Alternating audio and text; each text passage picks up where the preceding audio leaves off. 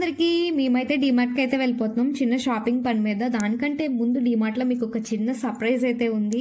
Surprise ఏంటనేది మీకు ఈ పాటికి అర్థమైపో ఉంటుంది కదా. అవునండి, మేము పల్లెటూరు అమ్మాయి రచన గారిని ఇంకా అద్విత్ గారిని అయితే కలిసాము. చాలా హ్యాపీగా అనిపించింది. వాళ్ళు కూడా చాలా బాగా మాట్లాడారు. మేము ఏమేమి మాట్లాడామో తెలియాలంటే వీడియోని ఫస్ట్ నుంచి లాస్ట్ వరకు ఎక్కడ స్కిప్ చేయకుండా చూసేయండి.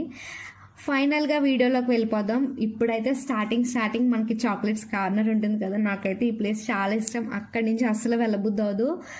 కావాల్సిన గ్లాసరీ అయినా తీసేసుకున్న తర్వాత బాడీ స్ప్రేస్ ఫ్రీ అంటే మీలో ఎవరైనా నమ్ముతారా? నిజమే. ఎందుకు ఇలా అంటున్నానేమో, మనకి డీమార్ట్లోని టెస్టర్స్ అనేవి అవైలబుల్గా ఉంటాయి కదా. మనం ఫుల్గా స్ప్రే చేసుకోవచ్చు. జస్ట్ కిడ్డింగ్ అంతే, కామెడీగా చెప్పాను. అలా వెళ్తుంటే అద్విత్ గారిని అయితే చూశాను.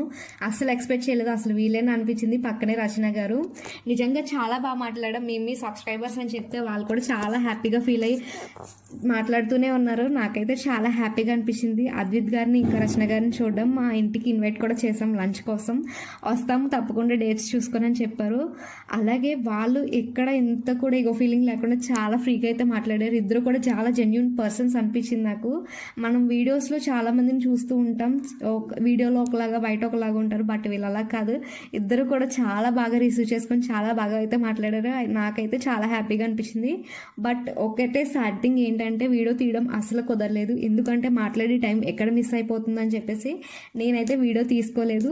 ఆ ఎగ్జైట్మెంట్లోనే ఉండిపోయింది. ఇది నిజమా కాదా అని చెప్పేసి అంత హ్యాపీగా ఫీల్ అయ్యాను. వీళ్ళు ప్రతిదీ కూడా చాలా హార్ట్ఫుల్గా షేర్ చేసుకుంటూ ఉంటారు కదా. నాకైతే చాలా ఇష్టం.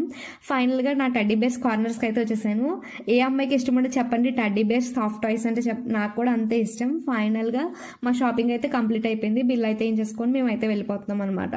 డిమార్ట్లో షాపింగ్ కంప్లీట్ అయిన తర్వాత లాస్ట్లో ఐస్ క్రీమ్ తినకుండా వెళ్తే ఎలా ఫిల్ అవుతాం. సో ఐస్ క్రీమ్ అయితే తీసుకొని మేమైతే చెక్అవుట్ చేసేసాం అనమాట.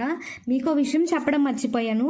మేము బిల్లు వేసేటప్పుడు ఒక చిన్న మిస్టేక్ అయితే జరిగింది. మేమైతే చూసుకోలేదు. ఇంటికి వచ్చిన తర్వాత అయితే చూసుకుంటే మాకు బిల్లో ఒకే వస్తువు 2 times అయితే పడింది. దానికి కూడా బిల్ పడింది. సో ప్లీజ్ మీరు ఎవరైనా డిమార్ట్కి వెళ్తే కనుక తప్పకుండా ఇదైతే చెక్ చేసుకోండి.